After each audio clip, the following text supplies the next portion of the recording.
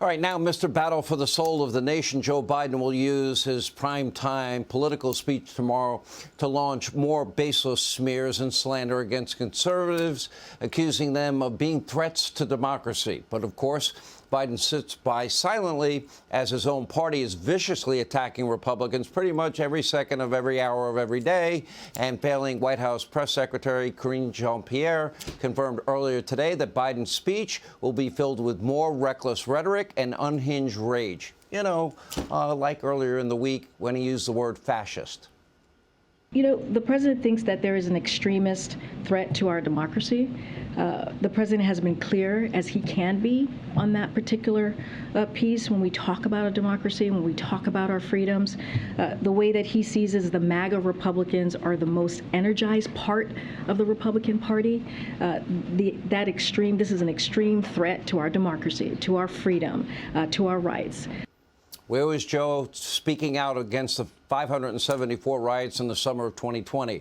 But, of course, the far-left failures extend way beyond Washington, because just a week after California regulators put forward a new rule phasing out gas-powered cars by 2035, guess what? California, the Golden State, is now telling electric car drivers avoid charging your vehicles amid summer blackouts as the state's far-left energy policy goes from bad to worse. Now, this is a preview of coming attractions of new Green Deal socialism that Biden and the Democrats want for the entire country. By the way, even Elon Musk, probably against his own financial interest because he sells electric cars, has said repeatedly we need to produce more fossil fuel energy. Here with reaction, Florida Senator Marco Rubio. You know, you can't make it up. Buy an electric vehicle, pay 20 grand more.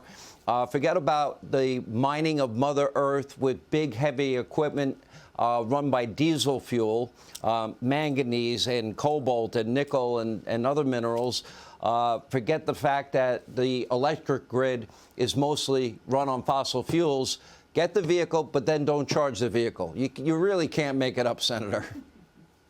Yeah, look, one of the critical problems with left-wing policies like you see coming from the Democratic Party these days is that they don't mesh with common sense and reality in the real world, right?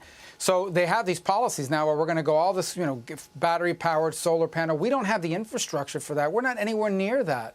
Even all the tax credits in the world are not going to change that. Number two, a lot of the materials that you need to build these batteries and solar panels, all that comes from China, so you're empowering them. And number three is what pointed out today, and that is we don't even have the charging stations. And if we do, they're telling people not to charge the electric cars. Meanwhile, the 90-something% of the cars that are on the road driven by real everyday Americans, they require gasoline. And we're not producing more of it. We're not providing more of it. We're doing things that are hurting our economy and really hurting people's pocketbooks. So now the president's going to give this political speech tomorrow, which I find pretty interesting, talking about the soul of a nation, guy that referred to half the country pretty much as semi-fascist. Remember in his inauguration speech, he talked about unity, so much for that.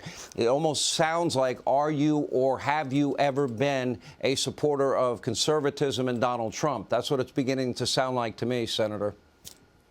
There's two things happening here. The first is they're criminalizing opposition, at least that they're trying, and dehumanizing their opposition. So this is what they've been doing now for a while. If you recall last year when they were doing this fake voter rights thing, there is no voter crisis in Georgia, for example. He gave a speech basically saying that anyone who didn't support the bill they wanted was a Jim Crow segregationist, which is absolutely outrageous and absurd. Then we saw the attacks against the Supreme Court, basically calling them illegitimate, that these weren't real judges, that these guys, and we saw a guy come halfway across the country and try to kill a Supreme Court justice in Brett Kavanaugh. We've seen churches vandalized. We've seen pro-life groups being attacked and firebombed.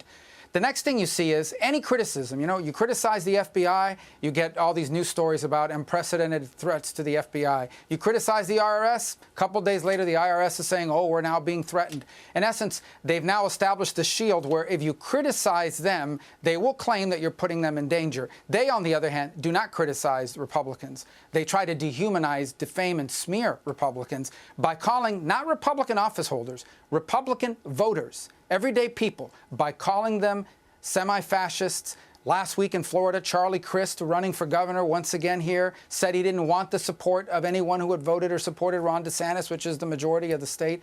In essence, they are no longer attacking. This is the distinction here. They're not attacking political leaders alone. They are attacking voters, which in Florida is the majority of voters because Donald Trump won the state by 4 points. You know, as I've been digging into your opponent, Val Deming's record, it looks like she nearly votes for Pelosi 100% of the time. I don't know if the people of Florida know that. She praised defunding the police, which is why I understand you got the overwhelming majority of support from law enforcement in Florida. Called violent riots, correct me if I'm wrong, a beautiful thing, and said the crisis at our border, which is unprecedented, a 30-year high, something that was a normal thing. She made all of those comments. And what is the exact percentage of the time she votes with Nancy Pelosi? No, it's 100%. She's never broken from Nancy Pelosi once. In essence, she would be like electing Nancy Pelosi to the U.S. Senate from Florida. But it goes further than that. And look, she's flush with money, right? Democrats all over the country are pouring money into her campaign. I heard Ron Johnson earlier, same thing here. I need people's help. My website is marcorubio.com. I ask if you can help, please do, because we're going to be outraised and outspent here from the far left. But today, she goes on one of these Zoom calls that she likes to do with small groups of liberals, and she said, inflation's not important. Let's put that to the side. Let's not talk about inflation. That's not the biggest issue. That's not her top priority. Well, that just tells you how disconnected she is from everyday people. But more importantly, it tells you how radical the Democratic Party's become on some of these ideas. But she's a radical rubber stamp. What could they run on? They can't run on the border, certainly. Will they claim success on that? 40-year high of inflation, record high gas prices, a disastrous foreign policy. We don't have law and order. They support defund, dismantle, and no bail. Our school system, CRT, age-inappropriate materials being taught in school. What are they going to run on, Senator? Well, she thinks, Val Deming says that the border crisis is nothing new. There's no big deal there. She thinks inflation is something we need to put aside in a corner and not be focused on. She clearly isn't. She tries to portray herself as, law enforcement. She was once a police officer. That's been a long time ago. In the last 6 years in Congress, she's turned her back on the police departments and law enforcement. That's why they've all endorsed me. She's actually helped the left attack them, as you pointed out. So I think she's going to run on what the left runs on, a lot of money, the help of the mainstream media, and I guess calling Republicans and people who vote for them fascists.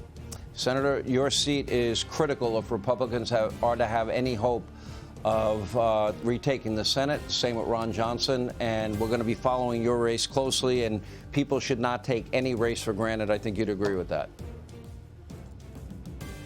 All right. Thank you, Senator. Hey, Sean Hannity here. Hey, click here to subscribe to Fox News YouTube page and catch our hottest interviews and most compelling analysis.